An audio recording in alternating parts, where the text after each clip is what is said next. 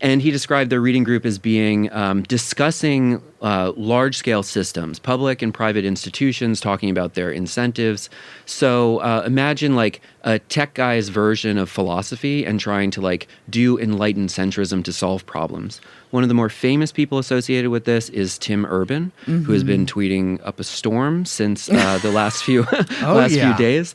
Temporarily embarrassed, perhaps. He's yeah. Well, I mean, Luigi, tweeted that this is the most important philosophical work of the 21st century. This is his biggest influence, period. But we're going back a little ways here. So this is in 2022 that they start this reading group. And Tim Urban has this book called What's Our Problem? I would generally describe him as someone who's like a tech accelerationist, enlightened centrist, skeptical of both Democrats and Republicans, was probably more Democrat-leaning. The book itself does not have a tremendous amount of history. It's got a little bit of political history, but he starts with this frame where imagine all of human history as a 1,000-page book. And in the last 10 pages, you have basically all of recorded history. And, everything that we know is on page 999. And then the last few years is on page 1,000. So the frame that you begin with is that the scale of social history and political conflict is far less important than the development of technology, right? And so the emphasis of the Tim Urban book is planning what's on page 1001. They're very forward-looking. They're basically kind of soft discussions of the singularity, looking at tech accelerationism. This is a little bit framed in evopsych, evolutionary psychology, which is what he gets into later. But Tim Urban is famous for making these childlike political cartoons that we looked at.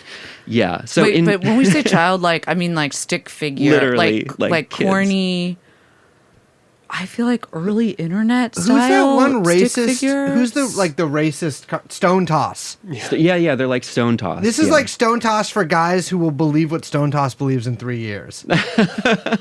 That's the thing to emphasize is that his reading list is really one step outside of normie stuff. Yeah. This is not, if I was looking at someone to interview and I saw his social media profile, his Goodreads and whatever, I'd think, I'll tag this and I'll come back in 3 years when this guy is really radical. Because, Tim Urban, this is a best-selling book. This is not a niche, weird, ideological thing.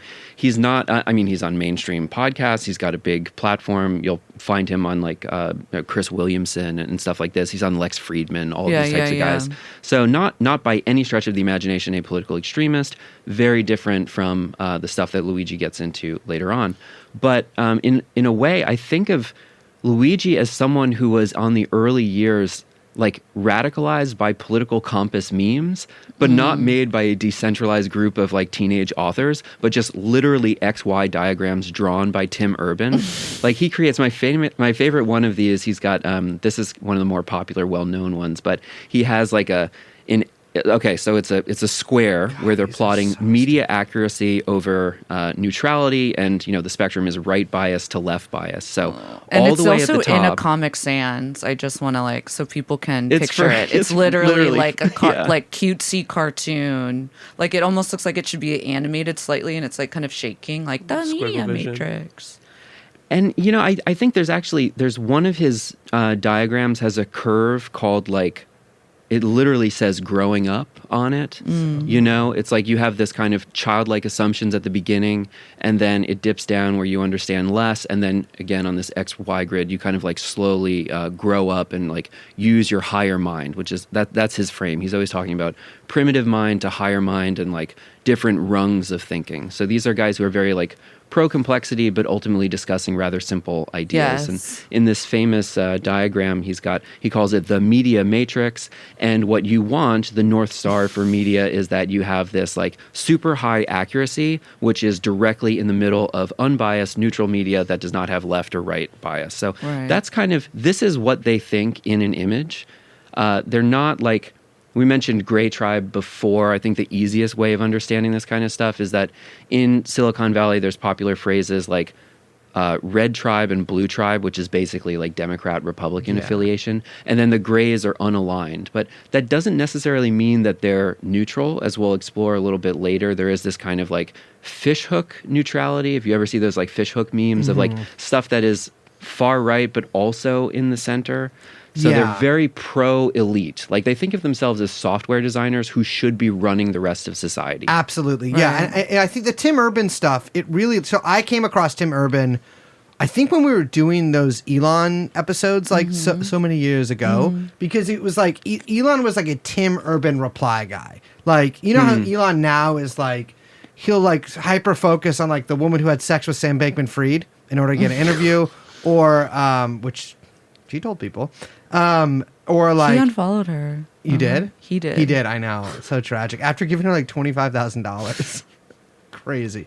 Ashley St. Clair, like these sort of like right wing, like memesters or whatever. But it used to be like he was like a Tim Urban guy, and Elon was always saying like, I'm in the center. I'm in the center. Like, you have to take a little bit of left, a little bit of right. The classic like moron kind of opinion where you think that like it is true. It's like I know, there is like it's just funny. The idiot mind like conceives of like truth as always being directly in the center of two opposite sides. Yes, and those are found on the airport bookshelf. Yes, yeah, literally, yeah. And I mean, this is also why I try to emphasize that the scale of social history is generally unimportant to these people, because if you were to say that, like, you know, the 40-year drift of neoliberalism is that both parties moved fiscally to the right, that would seem unimportant to them, and they're still looking, well, whatever between those two poles, the middle is the truth. And I'm looking for the pro-complexity answer for that, but the middle is a shifting target, like, that's not even in their frame of reference. They're just following this kind of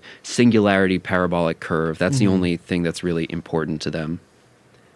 The kind of thrust of the Tim Urban book is about thinking clearly and overcoming cognitive biases. I think of him as basically being kind of a Sam Harris type of guy. Seems you like it. He seems like he's like a less popular Sam Harris.